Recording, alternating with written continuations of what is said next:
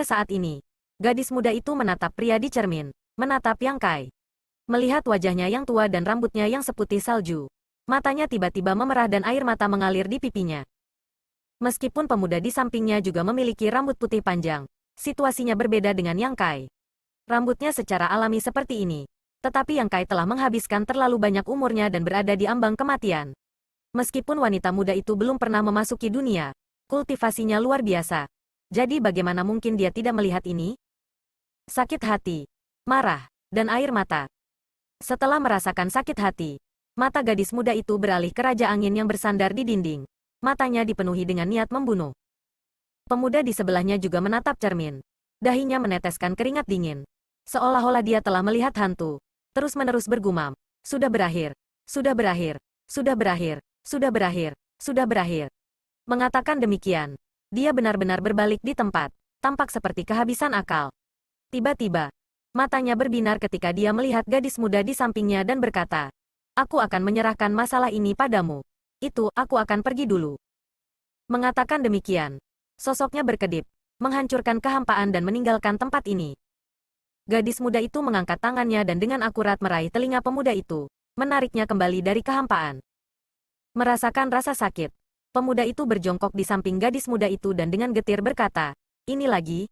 Mari kita bicara baik-baik. Jika Penatua memiliki instruksi, jangan ragu untuk bertanya." Anak ini bahkan tidak mengedipkan mata saat menaiki gunung pedang atau menuruni lautan api. Tapi aku berharap yang lebih tua dapat menunjukkan belas kasihan dan tidak menarik telingaku. Lagi pula aku adalah anggota Dragon Rache. Jika kabar ini menyebar, aku tidak akan bisa menjadi naga lagi. Mereka berdua terlihat seumuran. Tetapi pria muda itu menyebut dirinya anak kecil. Wanita muda itu tampaknya tidak terkejut sama sekali. Seolah-olah itu wajar baginya untuk melakukannya. Mendengar ini, dia meliriknya, mengarahkan jarinya ke arah Raja Angin, dan berkata dengan ringan, "Aku ingin dia mengalami nasib yang lebih buruk daripada kematian." Pemuda itu mengerjap, "Hanya ini? Bisakah kamu melakukannya atau tidak?" Gadis muda itu terus bertanya. Pria muda itu menepuk dadanya dan berkata, "Serahkan padaku." Mengatakan demikian, dia tersenyum dan melihat ke arah gadis muda itu. Gadis muda itu menatapnya sebentar sebelum perlahan melepaskannya. Memulihkan kebebasannya, pemuda itu menggosok telinganya dan menatap Raja Angin di cermin. Menggertakkan giginya seolah-olah dia menyimpan dendam padanya. Setelah beberapa saat, dia tersenyum ringan dan berkata, "Berbicara tentang nasib baik, Dao adalah nasib baik. Nasib baik terbalik. Surga tidak kekal. Bumi tidak kekal. Dao tidak kekal."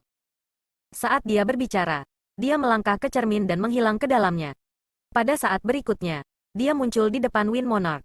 Wajah pemuda itu seputih batu giok dan senyumnya lembut dan halus. Wind Monarch terkejut karena dari sudut pandangnya, penampilan pemuda di depannya ini terlalu aneh. Seolah-olah dia datang dari kehampaan tanpa peringatan. Melihat ke atas, mata Wind Monarch menyipit.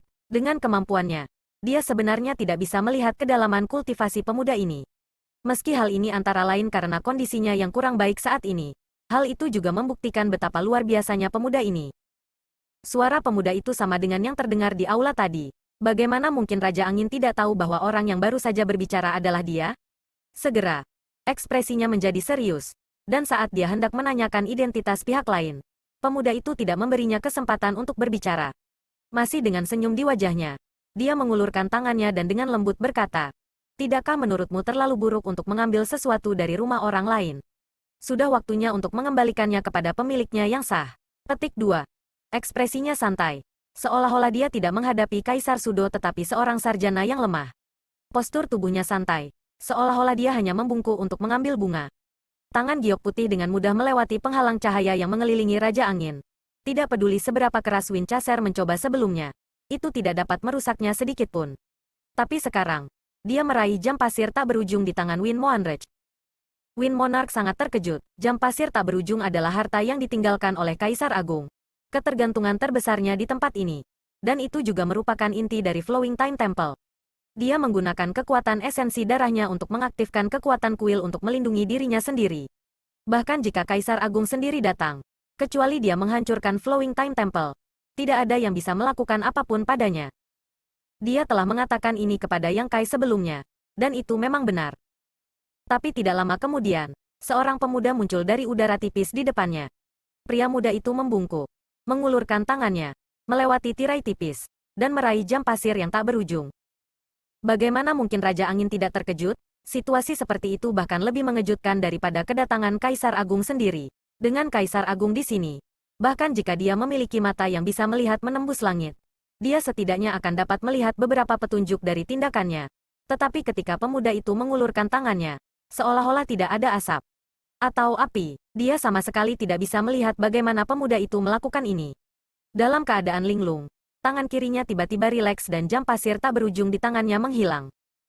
Ketika dia melihat ke atas lagi, pemuda itu sudah menegakkan punggungnya dan jam pasir yang tak ada habisnya muncul di tangannya.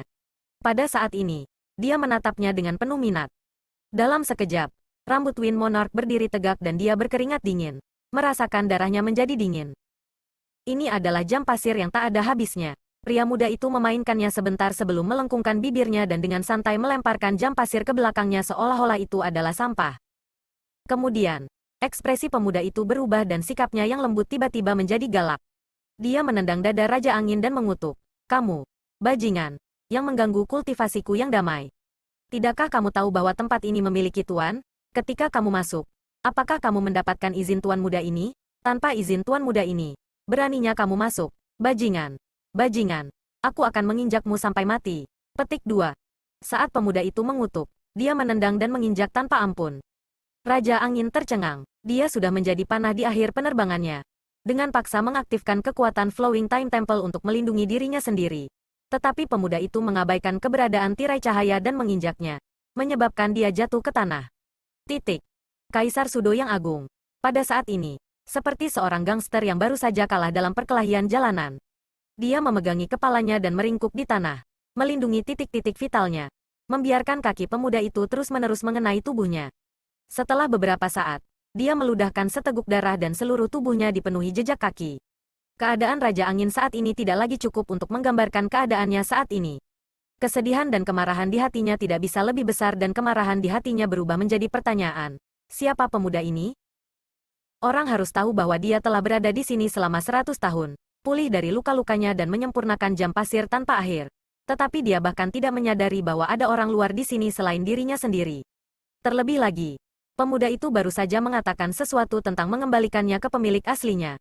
Membuatnya seolah-olah jam pasir tak berujung adalah miliknya. Tetapi jam pasir tak berujung jelas merupakan harta yang ditinggalkan oleh Kaisar Agung yang berlalu waktu. Jadi bagaimana mungkin menjadi miliknya? Yang Kai juga sedikit terpana. Pria muda itu tiba-tiba muncul, mengambil jam pasir tak berujung, dan dengan keras menendang Raja Angin. Semua ini terjadi dalam sekejap mata, dan sebelum dia bisa bereaksi, seorang gadis muda telah muncul di depannya. Begitu gadis muda itu muncul, dia dengan santai meraih jam pasir tak berujung yang telah dibuang oleh pemuda itu. Dari kelihatannya, pemuda itu tahu bahwa gadis muda itu muncul di sini. Jadi dia melemparkan jam pasir itu.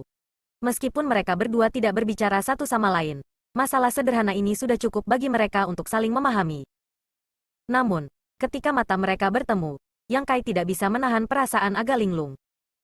Mata gadis muda itu dipenuhi air mata saat dia mengerutkan bibir merahnya dan menatapnya. Sepertinya berusaha menahan air matanya.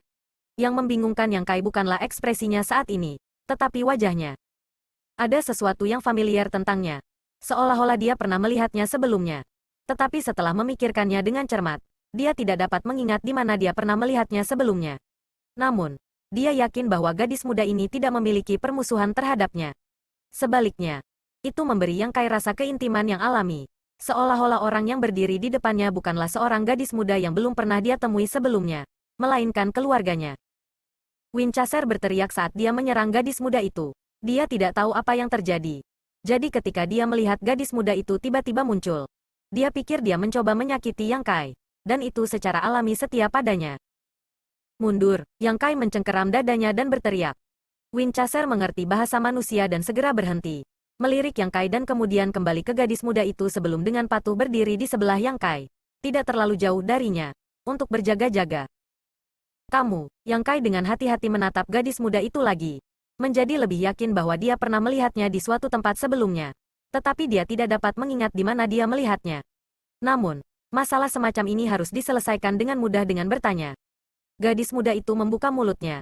Tetapi sebelum dia bisa mengatakan apa-apa, dia menangis. Air matanya mengalir di wajahnya seperti mutiara yang pecah. Bahunya gemetar saat dia menutupi mulutnya dengan tangan kecilnya, mencoba yang terbaik untuk tidak menangis. Bagaimana dia bisa menanggungnya? Semakin dia tersedak, semakin keras dia menangis. Air matanya membentuk aliran yang menetes ke dagunya yang halus. Yang Kai tidak tahu apakah harus tertawa atau menangis ketika dia berkata, "Jika kamu ingin menangis, menangis saja."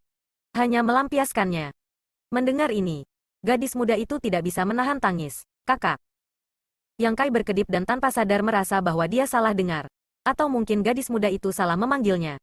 Di dunia ini, ada seseorang yang seharusnya memanggilnya kakak, terutama di Flowing Time Temple ini. Tetapi anak kecil itu baru berusia beberapa tahun ketika dia pertama kali masuk. Itu hanya waktu yang singkat. Jadi tidak peduli apa, tidak mungkin baginya untuk tumbuh menjadi begitu anggun dan elegan. Namun, ketika pikiran ini melintas di benaknya, ekspresi Yang Kai tidak bisa menahan kegembiraan saat dia dengan hati-hati memeriksa wajah gadis muda itu. Samar-samar, dia seperti melihat jejak orang tuanya. Hidung mungilnya hampir identik dengan ibunya, dan sepasang alis hitamnya juga mirip dengan ibunya. Bahkan bisa dikatakan bahwa wajah gadis muda itu agak mirip dengan wajahnya. Pupil Yang Kai menyusut saat dia menelan air liurnya dan bertanya dengan tak percaya, "Swear?" Gadis muda itu mau tidak mau mengangguk. Air matanya memercik saat dia berkata dengan suara gemetar, "Itu benar. Ini swear. Ini swear." Kakak, diakui oleh Yang Kai. Gadis muda itu sangat bersemangat sehingga dia tidak bisa berhenti menangis. Dia berjalan ke Yang Kai dan setengah berlutut di depannya, ingin memeluknya. Tetapi melihat bahwa kondisi Yang Kai tidak baik, dia memaksa dirinya untuk menahan. Memegang pipinya dengan kedua tangan saat dia berbisik, "Besar kakak, aku sangat merindukanmu. Aku merindukan ayah dan ibu." Merasakan kehangatan tangan gadis muda ini, Yang Kai jatuh ke dalam kesurupan. Merasa seperti sedang bermimpi. Ketika Yang Sue pertama kali memasuki Four Seasons Land, berapa umurnya? Itu baru beberapa tahun.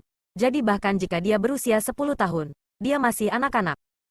Tapi bagaimana mungkin gadis di depannya baru berusia 10 tahun?